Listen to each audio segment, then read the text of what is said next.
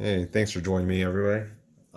Today we are going to review the Mythic Legion's Stone Troll 2. This is the second edition of the Stone Troll, which comes with two heads. This is actually the head that comes on with the figure when he comes in the box. This is actually the Forest Troll head. In my opinion, this is the second best troll head next to the ice troll. I do have the ice troll figure. I do not have the Colosseum troll or the original forest or stone trolls. But this one is actually really nice. I do have the original stone troll head or the on the figure as we speak. But why don't we go over some of the other pieces like the weapon. So the weapon is basically a tree trunk with a boulder attached to it. Looks like, I don't know if these are like iron sheets of metal, or I think it would have to be metal. It couldn't just be leather straps in order to hold a tree trunk and boulder together. It does come apart into these two separate parts here. It is about the size of a gavel. So, nice, interesting piece. Looks really cool. You could incorporate this, I guess, into different things, in terms of your diorama. You could use this as a kind of tree stump piece if you like.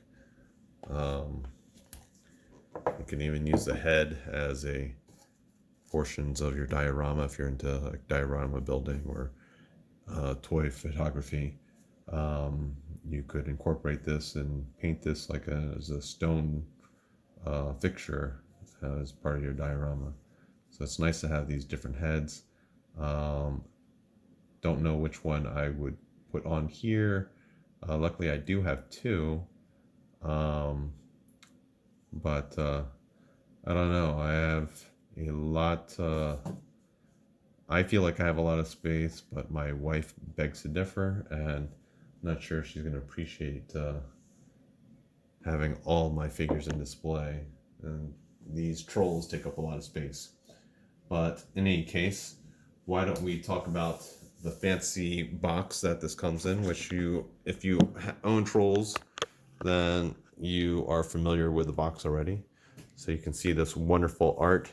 You can see it normally on the regular Mythic Legion figures. However, this is a much bigger display. You can see the details a little bit nicer. So you can see the stone troll there. There's Gorgo. I forget which skeleton that is. In any case, a bunch of different Mythic Legion figures. Looks really cool. On the top, you can see the logo, but it's upside down for you guys. So, Mythic Legion's logo, just like you would with the smaller boxes. There is Azar. I don't know what this is. Maybe that's the stone troll. I don't know. In any case, here's the stone troll. Here's the Colosseum troll right there, Brutus. I don't know which troll this is. Here's some of the lore. If you don't know the lore, you can go ahead and pause the video so you can read it. One interesting thing about this box is this is for the Stone Troll 2. You have the Forest Troll here, which we have his head for the Stone Troll. You have the Ice Troll here, which again, my favorite head. But the box is for the Ice Troll. So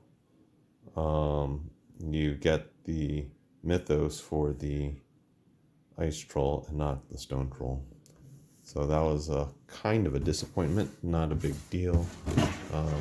I bought the figure, not the box, so I guess I bought them both, but I bought it for the figure, not the box. So in any case, let me put this back here. And let's talk about this quickly rotating figure. So you can see here, actually, why don't we just pause this thing and bring this sucker here. So you can see great detail in this guy. Really, again, like if you have a troll, the body is the same, just paint is different and the skirt piece is different. So it's really about looking at the details of the head. And you know, the sculpt and the paint on these things are awesome. I do wish that they did have actual pupils in their eyes instead of just coloring it red. But I guess if I really wanted to, I could paint it myself. In fact, that was one of the reasons why I bought two, is I might end up painting one if I don't end up selling, honestly, both of them. Because like I said before, they are both pretty huge. And I don't know exactly where I will display them. But in any case, let us plop this camera right there. So this head sits on a dumbbell joint where you have a ball where the head will sit on, and then there's another dumbbell or ball at the bottom where the base of the neck is. That being said, on this figure, that dumbbell joint is very stiff, and this would probably be easier to remove. It's just I did hurt my wrist before, so it's going to take me a little bit to get this off. Let's see.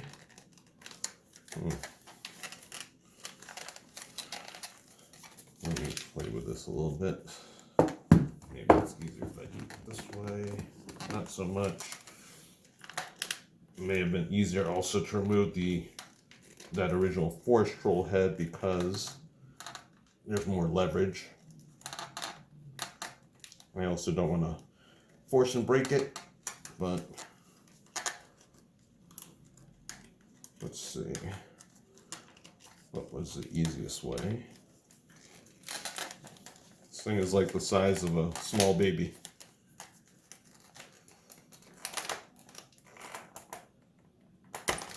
And there we go. Got it off. So, if you've seen some of my other videos that I've done before, you have seen that I have not really shied that much away from almost breaking my figures. So you can see this is a dumbbell joint right here. There's a ball at the base, but it is very stiff. It does move though. So the one thing about being stiff is that it does make it easier to put this head on. So I actually prefer this head in general, which again is the original forest troll head. I just really like the sculpt. So you can see it moves up and down this much without the dumbbell joint moving. You know, if the dumbbell joint was looser, it would move a lot more. Obviously, it will turn. His arms are in a ball socket. They will technically rotate all the way around. The sculpt will hinder it, so you have to bring out the arm a little bit in order for it to go all the way around. It will rise, but it's limited by the sculpt again to about that high. The arm is on a single joint right there. It can only extend this far. It will go up that high. It will also rotate, but the rotation is going to also be limited by the sculpt. As you can see, it's got these muscles here. the brachial radialis right here is is a little bit big and limits the sculpt. The wrist twist, they don't extend in terms of flexion. They don't move laterally either. The same is true on the opposite arm. There's no chest articulation here. There is a waist articulation there, but it just swivels. It does not bend. You can check and see this is what his thigh or hip articulation is. So it will only rotate, so you can only kick forward and backward. So you're not going to be getting a lot of poses out of this guy, but you really don't want him to have that much articulation, because if you do, he would not be able to stand. Doesn't have any knee articulation, and the feet do bend a little bit, so they extend that much and they flex that much, and they'll rotate. I probably have to warm it up, but they do rotate. It's just not rotating that much right now. I probably do have to warm the joints up more. So that's really the figure. Pretty cool figure. Sculpt work is always great. Paint job is always great. I do wish that the eyes did have a pupil that was painted in there. It'd be cool if this mouth opened up in terms of articulation, but that would take away from the sculpt.